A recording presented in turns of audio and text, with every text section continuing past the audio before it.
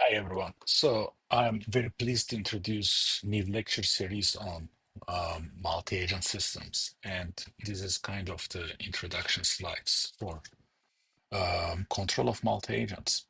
So first of all, a multi-agent system can be viewed as a collection of interacting agents and each possessing a degree of autonomy.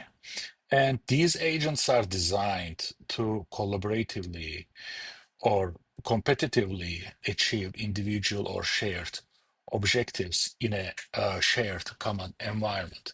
And these lecture series will be focused on mostly collaboration.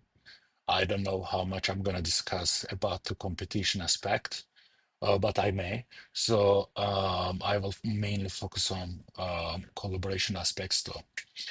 And if you look at modern engineering systems, it can be seen that they are increasingly exhibit network structure. And several examples can be given. I will give four examples. For first one, drones swarms performing cooperative search and rescue tasks. The second one, autonomous vehicle platforms maintaining safety and efficiency on highways. Or you can think of a swarm multi-agent system as satellite constellations that maintain coordinated formations. And last but not least, smart grids that they balance power flow across distributed energy sources. And I would like to note that an important application aspect, which is we cannot rely on a single centralized controller for such large-scale systems. And the reasons are twofold. One of them is scalability, and the second one is communication constraints. Not everyone can communicate with each other from a scalability perspective of the algorithms, so on and so forth. And communication, you cannot communicate with someone maybe miles away from you. And on top of this, I should mention that if such a centralized controller about to fail, then you don't want the entire system to collapse. Therefore, resilience demands that control and decision making be distributed across agents. And this naturally motivates us for the distributed control architectures, which we will discuss next. Um, I should mention that in distributed control, which is the backbone of modern multi-agent systems, the key idea is for each agent to make local decisions based on information it receives from neighboring interactions. And through these local interactions, the aim is to collectively achieve a global objective or given set of objectives. And this idea behind distributed control or local decision making is not purely engineering driven. It is inspired by the nature. You can consider flocks of birds, schools of fish, or colonies of ants. And they basically execute simple local rules that lead remarkably coordinated group behavior, which is also motivated by so-called network dynamical systems theory. Mathematically speaking, foundations for distributed control of multi-agent systems rely on three main pillars. And the first one is the graph theory, which describes communication topology between agents. It can be leaderless, no leader cases, or it can be leader-follower cases, leader influence the behavior of the agents. And sometimes throughout this lecture, I will refer leaders as the root agents. And also, in addition to those communication topology structure determination based on graph theory, the second is the dynamics of agents. Is it single integrator, double integrator, high order, nonlinear, linear, uncertain? Dynamics of agents also influence distributed control protocols in addition to the communication topology. And for distributed control applications, we have several benchmark problems. And if you address those benchmark problems, you can address much more complicated stuff. So consensus more on the leaderless category. they would like to reach an agreement. We're going to discuss all these in the next classes. So I just would like to mention those problems at the high level for now. Formation, as you can understand, create a formation. It can be leaderless formations, leader-follower formations.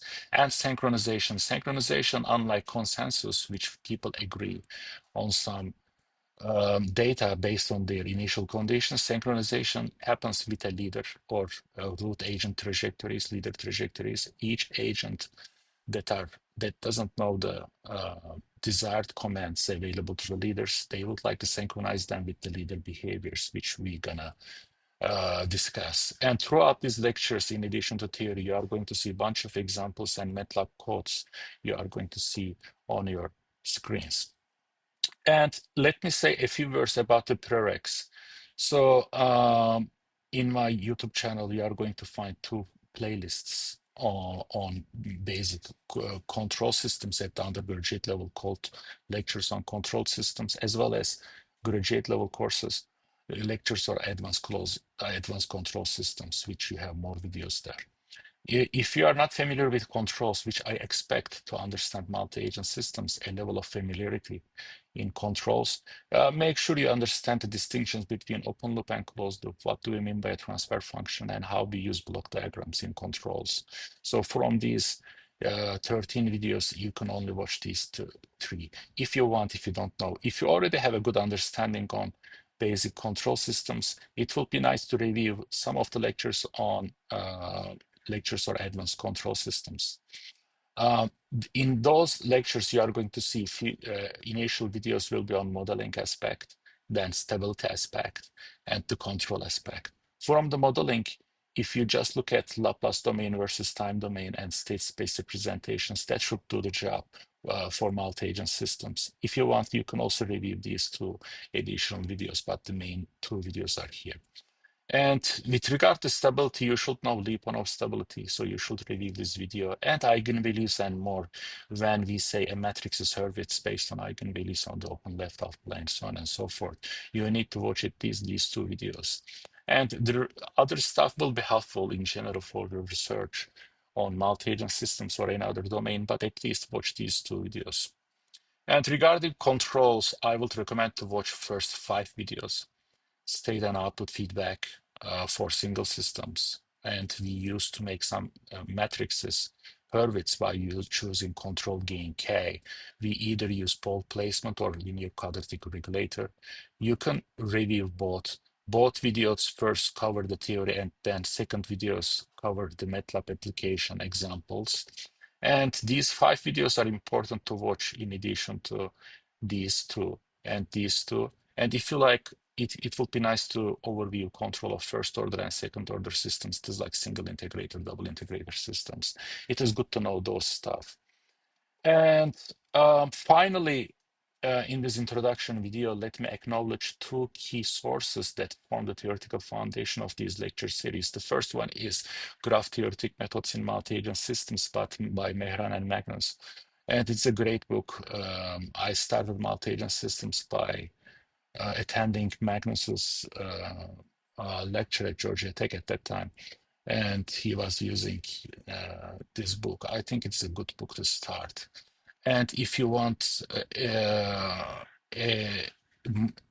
I don't want to say more detailed, but in some parts more detailed treatment, cooperative control of multi-agent systems by Frank Lewis and Frank's group is a great source that we use in some aspects. But I mean, as this being said, like my other lectures, these lectures that you are going to see, I will use some materials from these 2 books, some materials from my research.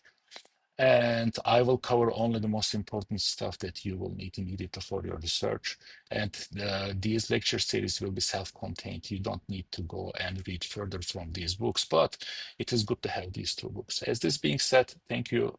This was the introduction video. And starting from next lecture, we can dive into details on multi-agent systems. And thanks for your attention.